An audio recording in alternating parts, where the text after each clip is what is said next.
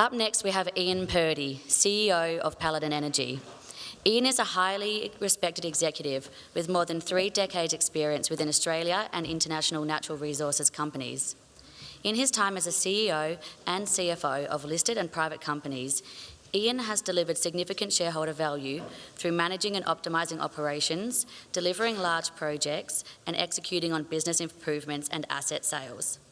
Ian has extensive capital markets experience, a proven track record of delivering company funding requirements, and a great sense of humour.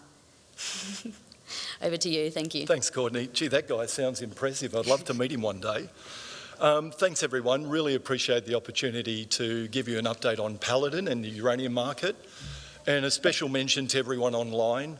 On behalf of all the corporates here, and I'm looking at Sean Day because he, like me, is incredibly disappointed that our investors can't be here today. Many were caught up in the travel restrictions.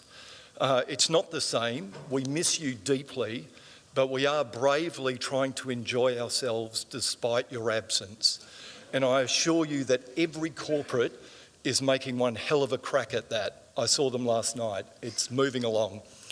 Secondly, if you're not on our register at the moment, I hope you take away one simple message from this presentation, which is now's a really good time to reacquaint yourself with Paladin, but also the uranium market. The uranium market is on the move, and Paladin is a company on the move. Now, before I start the presentation, I got some advice when I was a younger man about presenting skills. And they said to me, you should always pitch your presentation to the person in the audience with the lowest attention span. I'm really pleased to see Marcus Freeman in the audience today. Hi, Marcus. So my benchmark is I have to pitch in a way that Marcus does not touch his phone. So that's my challenge. But again, thanks very much. We'll go through it quickly and then hopefully have time for a couple of questions. Firstly, the legals. Rather than get you to read all of this small print, let me paraphrase for you what it's all about, and I'm sure the lawyers won't mind. Number one, and most importantly, do not rely on anything I'm about to say. I can't stress that enough. Number two, we've got a competent person. He seems really competent, but do you ever know? And number three, if you want to know what's really going on and you want to get yourself some outstanding financial advice, get on Twitter. That's where the good stuff is. So now we've got the formalities out of the way. I'm going to highlight a couple of slides that I'd like to really focus on. There's 3 slides. At the end of this day today, you would have seen 1,000 slides from over 55 corporates. So it's like picking your favourite child. We love every slide in this pack, but I'll highlight 3 that I really want Marcus to focus on. This isn't one of them, but it's a very good slide. So when I joined the company at the start of last year, I sat down with the new board and we identified a transformation program, first time a corporate's used that term, where we really wanted to get Paladin back with its rightful standing as a leading uranium company. We set ourselves a time frame of 2 years to complete that transformation, and I'm pleased to say we've just completed it last quarter within 18 months. This is really important because it gets us in a position we wanted to be at the start of a uranium cycle that is really on the move. So there was 4 simple elements to the transformation. The first one was we had to build out the team, and we've done that very successfully. We've built the team progressively, and we've finished that program just recently. And we've got a fit-for-purpose team. And I'll highlight 2 aspects. One is we've got a very strong team in Namibia, where our mine is on care and maintenance, because we're strong believers in project delivery and execution on the ground where the asset is. And secondly, we're really pleased to have stepped back into the exploration game and attracted a very good general manager exploration to lead that program. We streamlined our asset portfolio. We had 2 restart programs in Africa. We recognised early in the piece we couldn't do justice to both. We vended the Kayelekera mine to Lotus Resources. 2 great benefits of that transaction. Number one, it gave us the ability to focus on Heinrich and to drive value through Langer Heinrich, which was a jewel in our crown. And that's proven to be a great decision. Secondly, we're incredibly pleased with the way Keith Bowes and the Lotus team are taking that asset forward in a positive way. And we remain a major shareholder, and we're extremely supportive of the Lotus team. We put out a very clear plan for Langer Heinrich, and I'll talk briefly about Langer Heinrich in a minute. We wanted to give confidence in the asset to the market. We've got incredible confidence in this asset because we've got 10 years of operating history. We've got 10 years of detailed data. We know this is a successful operation, and we know we've got a very clear pathway forward back to production. And lastly, the final part of our transformation, we completed a very successful capital raising last quarter where we cleared all of our legacy debt. That's a key issue for us, and the debt position of Paladin was challenging for the company historically. We now have no debt. And I would like to make special mention of Canaccord and Shores, who assisted with that transaction. We had 3 KPIs, and we succeeded on all 3. We had universal support from our existing shareholders. We brought over 100 new institutions onto our register, both international and Australian. And most importantly, the rights issue was 100% taken up by our strong retail base.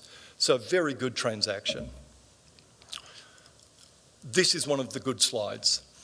The reason we did all that work is to position ourselves ahead of the cycle that's just starting to gain momentum. We are strategically positioned. This map shows our footprint across the globe. We've got a very good asset in Namibia, which is in care and maintenance. We've got 3 advanced exploration projects, 1 in Canada, 2 in Australia, and a small corporate office in Perth. But just some metrics to describe to you the significance of our role to the small uranium market. When we restart Langer, we will be the world's 3rd largest listed non-state-owned uranium producer and a top 10 producer globally. Uranium producers are rare as hen's teeth. We've got over 360 million pounds of uranium resources in the ground. That puts us 3rd amongst listed companies, just behind Cameco and Kazatomprom. We've got a strategic footprint in the world's most attractive uranium mining jurisdictions, which we intend to grow. And we're ready to fuel the global decarbonisation through supplying product to clean nuclear energy. We're committed to sustainability. We've gone early on this one. We've embedded this into our business. We do have an operating footprint in Namibia today with our Langer Heinrich mine, but we also recognise that as part of the project delivery to restart Langer Heinrich, we want to drive the sustainability outcomes for the long term. So it's part of our business, we've embedded it, and we'll take you on our sustainability journey as our activity levels ratchet up over the next few years. Langer Heinrich, just a few slides to talk about Langer Heinrich. This is an important slide for us. And let me paraphrase it into 5 simple points. We have a proven operation. Langer Heinrich ran successfully for 10 years. When it was put on care and maintenance in 2018, it was cash flow positive at the mine gate. The reason it was put in care and maintenance was because of unusually low uranium prices, and a decision was taken to protect the value of the resource in the ground. With hindsight, it was a good decision. This is a good, simple operation. Simple open pit mining, quite shallow sequence of pits, no more than 90 metres depth, an alkaline leach, conventional flotation plant, and we produce a simple uranium concentrate that's very clean, and we've never had a missed shipment in 10 years.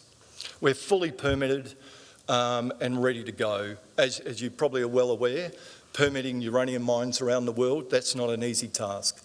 All of our permits, our environmental and mining approvals are in good shape, and we're ready to go. I mentioned our well-defined restart plan. We've got a lot of confidence in that plan because it's based on 10 years of operation. Namibia is a great jurisdiction, and we're really attractive to our old customers again as a counterparty. They know our product, they know our operation, and now we've sorted out our balance sheet, we suggest that we're their number one counterparty outside of the existing producers.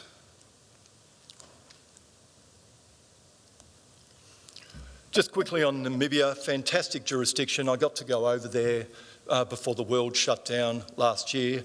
This is a uranium mining jurisdiction. It's entrenched, it's well regarded, and it's a key part of the community. There's 2 operating uranium mines there. We'll be the 3rd one. I won't go through these metrics. We've got them out. We delivered these last year.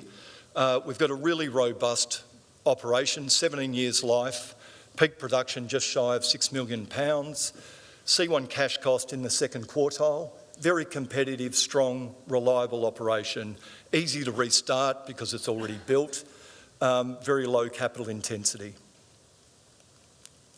Exploration, just briefly, Jess Oram, our new GM exploration, he's sifting through 15 years of data and about $140 million US of in-ground exploration results. I'll give him a couple of weeks to do that, and later in the year we'll come to market and clearly explain our pathway forward for our 3 assets. Michelin in Canada, we're working up to a 75% interest, a really good ore body, high grade, a lot of in-ground exploration work, conducive to uranium mining from a regulatory point of view, and we actually have an exemption to own that project 100% without a Canadian partner. Mount Isa, one of the best postcodes you could ask for in terms of having a very significant metal ore body. Again, a lot of historic work, and we're pretty excited by the location of that one. And interestingly, we've got a really good couple of project areas in WA, Meningie and Carly Bore. And if you look at the great work that Duncan and the Boss team are doing at Honeymoon Well, you apply their thinking from a process point of view to these assets, that's pretty exciting for us in the future. Why uranium? We like to look at fundamentals, and it is a supply deficit, growing demand story. The graph on the left is the World Nuclear Association workup. This is their base case, supply demand. The stacked columns is supply, and the line is base case demand. Where we sit today, there is a current uranium deficit. The amount of uranium being mined every day of the week does not meet consumption every day of the week, and that's an undisputed fact. The industry's been living off stockpiles for a long period of time. Those stockpiles are drying up. You cannot outrun the economics. What we've also seen over the last few years is utilities have been focused on their short-term purchases, and that's left them exposed in the mid and long term. And we're starting to see some activity where the utilities are moving back into the long-term market, and they're starting to take a view that they need to start locking in contracts. And we're expecting that momentum to pick up over the next few quarters. So we've got a very clear pathway to success. Just as we had a clear pathway to transformation, we've got a clear pathway to success. We've got the project shovel ready. We've got the competitive advantage that we're licensed and ready to go and can move in a time frame that suits our potential customers. Got a great exploration portfolio, and we're financially strong, no debt, significant cash runway. And just finally, my favourite slide. So the fellas on the picture there, they're the local neighbours of our mine site in the Namib Desert. We've got a very simple mission, which is resourcing a global carbon-free future. When we restart Langer Heinrich, we will displace 1.3 billion tonnes of CO2 from the global electricity system, and that's what we're focused on. So thank you very much. Marcus hasn't used his phone, and I appreciate your time today. Thanks, Ian. Do we have any questions in the audience? Otherwise, we have one that's been messaged in. So have your discussions with potential customers changed since you cleared your legacy corporate debt? Yes, is the short answer. The the global utilities would love to see us back on market. There is a debate about at which price, but they were very keen to see us back. One of their concerns was we were carrying a debt balance, and the debt balance had tripped up Paladin previously. And we found an incredible support from all of our potential customers. Now that we've cleaned the balance sheet, they're ready to deal with us. It just comes down to pricing. Great. Thank you very much. Thanks, Connie. Thanks, everyone.